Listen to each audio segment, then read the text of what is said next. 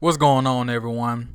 When dealing with the paranormal, such as haunted objects, haunted houses, possessed individuals, it can all be extremely dangerous. Specifically with these haunted items, they can be very harmful. And of course, most haunted museums are in it for the money, but they have a lot of attractions. The biggest and best haunted museum is probably located in Las Vegas, Nevada, and that's Zach Bagans' Haunted Museum. And one thing I've always been curious about, why do people preserve these haunted items, especially if they're so haunted and dangerous to the public? So let's talk about some of these dangerous items. The Annabelle doll, which is located at the Warrens Occult Museum, and I think it's located in Connecticut, but currently I think they're trying to renovate or move to a different location. This is a famous museum as well. In fact, people have been harmed there. Specifically, this guy who was taunting the Annabelle doll, and I think he was asked to leave the location if I'm not mistaken, but shortly after he left, he passed away in a motorcycle accident.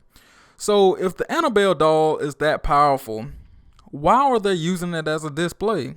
I guess it's just a prop to make profit, but that's just my opinion. And how do we know the Annabelle doll has an evil spirit attached to it?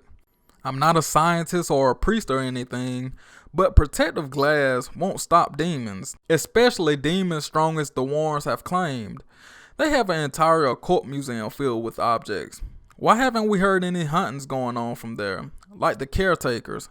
How come nobody has been hurt? I'm not talking about a scratch here and there or somebody tapping you on the shoulder or you hearing noises or anything like that. If these demons are strong, how come they're not physically hurting people or throwing them around or anything?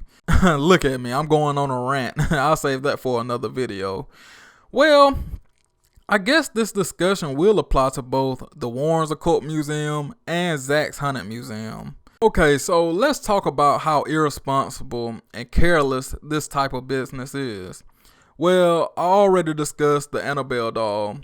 But what about the other dangerous objects at both of these museums, such as Peggy the doll, Dr. Kevorkian death van, Charles Manson bone fragments, the Devil's rocking chair, 2 Dybbuk boxes, haunted occult items, haunted mirrors and paintings? The list goes on at both of these places.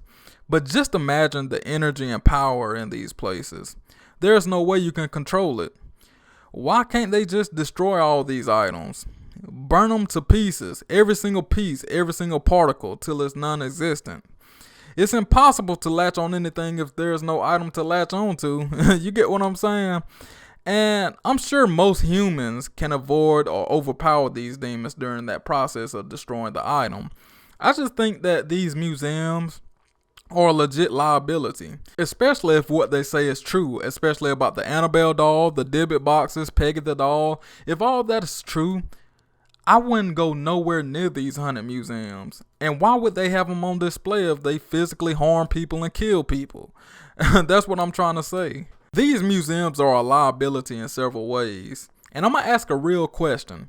What if there was an earthquake and it destroyed the museum, causing all these items to be released?